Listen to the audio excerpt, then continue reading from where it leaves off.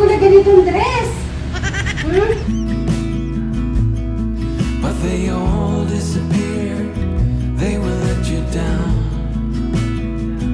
So we better stick together, let's come whatever, we're not coming home tonight. We're living quick in this world, gonna get it right now. We only need the two of us together. Yan po at binilahan po ako ni Brian na red na ano. Nako-conscious ako ba? Tumingin ka doon. Huwag ka muna tumingin sa akin. Doon ka tumingin sa camera. Yan. Huwag mo muna ako titingnan sa interview na lang. Naiyak ako so much. So binilahan po ako ng pang-interview. At talagang mag-cha-cha. Cha-cha-cha. Brian, ganito na nag-cha-cha tayo. Taran, tan, tan, tan. Pwede siyang cha-cha pala eh. La-la-la-la-la. Bagay pa sa akin? Siyempre para sa Valentine's. So kung anong gagawin natin sa Valentine's. Sa Valentine's ay, di ba namin alam kung anong namin, kung ano yung plano namin. Kasi dahil nga hinano pa namin si Eric. At yung sa Manukan, tinatapos namin po yun. Tapos yung mga ibang ginagawa namin sa bahay. Kaya yon siguro may oras naman. So, tapos okay. Tapos tatapusin po namin yung interview po namin kay Jolly Vlog. At hindi pa masyado yung ano yung suot ko sa interview. Pants? Dito pa ako magpapants ako. Hindi mo mag-sila? Doon ka muna tumingin, huwag ka muna titingin sa akin. Okay, so gawa tayo ng isang dance ng ano. Parang pareho kaming kinakabahan ni Bryce sa pag-interview ni si Jolly Teclito kasi tapos yung mga nababasa ko, huwag na paikot-ikot ay kailangan ay sumagot kami ni Bryce sa pinaka-point na walang gano'n. So, mas lalo po akong kinakabahan. Ikaw, Bryce, kinakabahan ka ba? Halimbawa, nandun na tayo sa harap ng sa kila Tech Janet, kay Tech Lito, sa Jolly Vlog channel. Kaya mo na ba yun? Shamis? Ay, you open that. Open mo yun. Bakit tabi siya? Ay, binilang ka ng ano? Ay, di ba Travis, binilang ka din ng grocery. Anong sasabihin mo kay Tito Brian? Yung binili mo ng grocery last time, yung mga candy, O, sige, kumain ka na muna. Mag-ano lang kami lang kami. Tatapusin lang namin yung interview namin. Bigyan kita sample. Brian, kailan ka? Paano makakapan yung sagot yung tanong?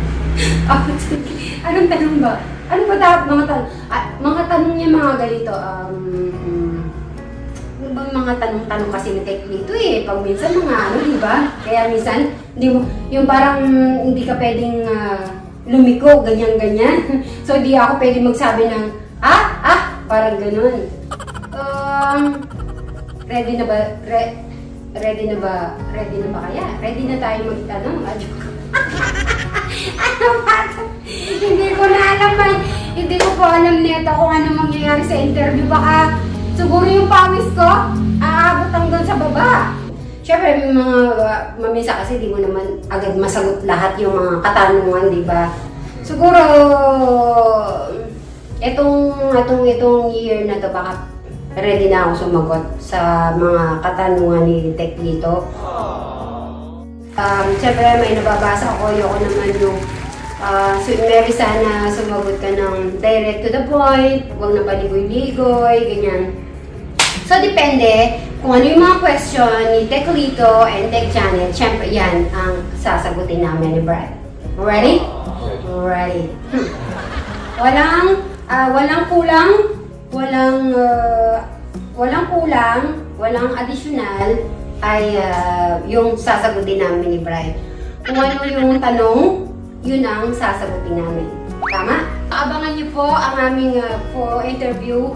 Siguro this week, mag-ano na kami. Kasi baka sa 14 po kasi wala Baka. Aalis kami ni Bri, so wala kami.